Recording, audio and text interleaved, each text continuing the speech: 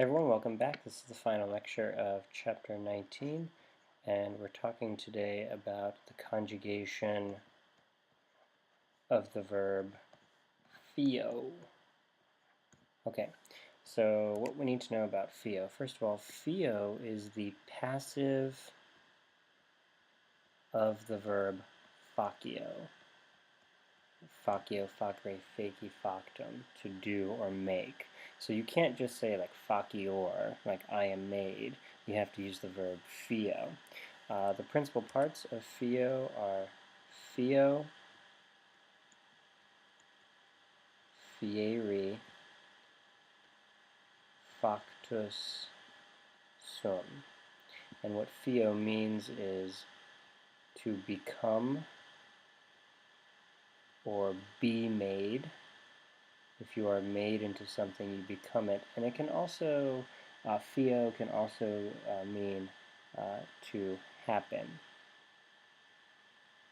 Okay, so it means all three of these things. Okay, fio is what's called a neutral passive. It's not really a big deal that you know that term, just for your information. It's called that because it has active endings but a passive meaning. So the endings for it are active, but it means to be made. If you were made into something, that's a passive idea. Okay, so now we're going to go through and conjugate fio. So we're going to start in the present tense. Okay, so I'll have my chart with first, second, and third person, and singular and plural.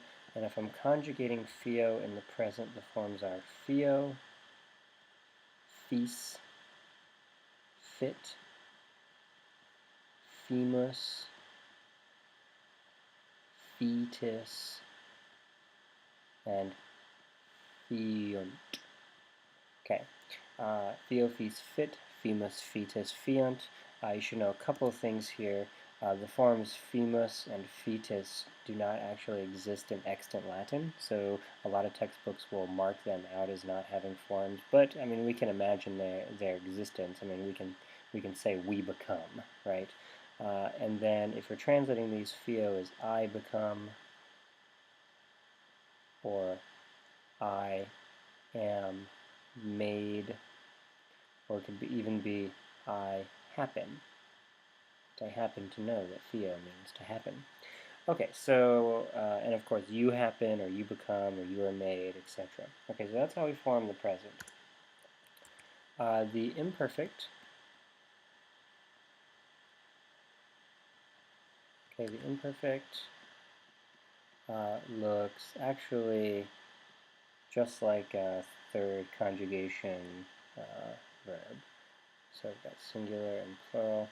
So if I conjugate in the imperfect, sorry, it would be fie bomb, fie bomb, fie bas,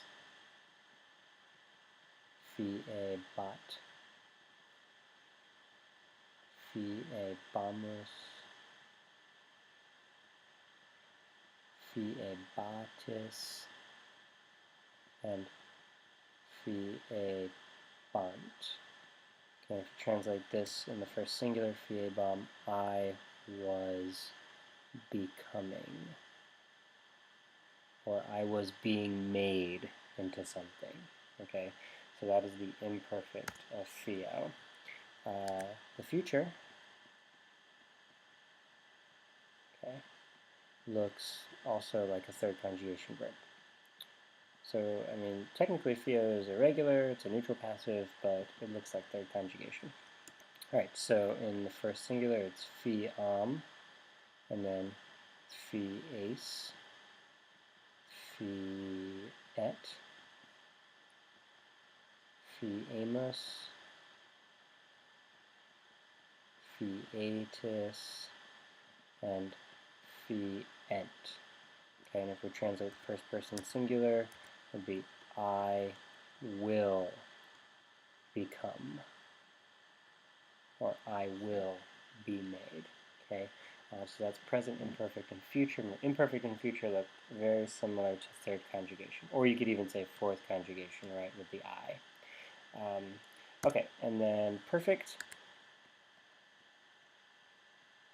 Okay, perfect, pluperfect, and future perfect are regular.